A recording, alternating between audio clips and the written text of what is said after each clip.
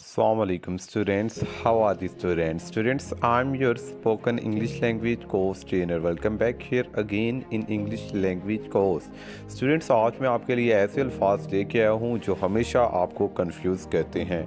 तो चलिए देखते हैं कि वो कौन से ऐसे अल्फाज हैं जो मेरे स्टूडेंट्स को कंफ्यूज करते हैं।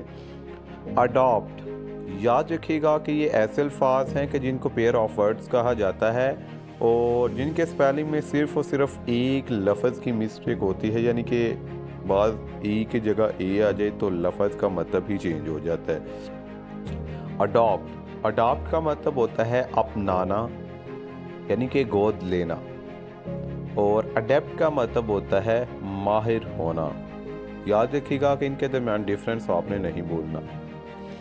इसी तरह एवोकेशन का मतलब होता है मुश्किला और वोकेशन का मतलब होता है पेशा।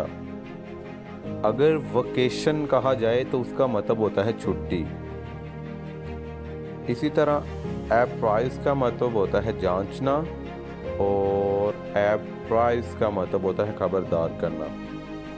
और एसेंट का मतलब होता है रजामंदी और एसेंट का ही मतलब होता है चढ़ाई। स्पेलिंग आप देख सकते हैं, डिफरेंस आपने याद खुद करना है।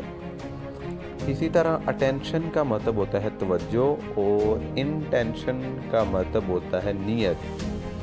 Your intention is not good, आपकी नीयत अच्छी नहीं है। अलॉट का मतलब होता है बहुत ज़्यादा और अलॉट का मतलब होता है नाम लगाना। एनमिटी का मतलब होता है दुश्मनी। इसी तरह एमिटी का मतलब होता है दोस्ती। देखें कि एक एक वर्ड से सारा मीनिंग चेंज हो रहा है। अफेक्शन का मतलब होता है प्यार और इसी तरह अफेक्शन का मतलब होता है बनावट।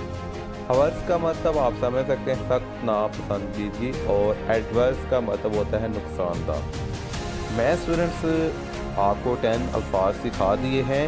छोटा लेक्चर बनाने का बेसिकली मकसद यही है कि आप अच्छे तरीके से लेक्चर को मेमोराइज कर लें। तो एक दूसरे के साथ प्रैक्टिस करें, because practice makes a man perfect. Lecture कैसा लगे अपना फीडबैक देना मत भूलिएगा। Wish you all the best, finger crossed. अल्लाह हाफिज़।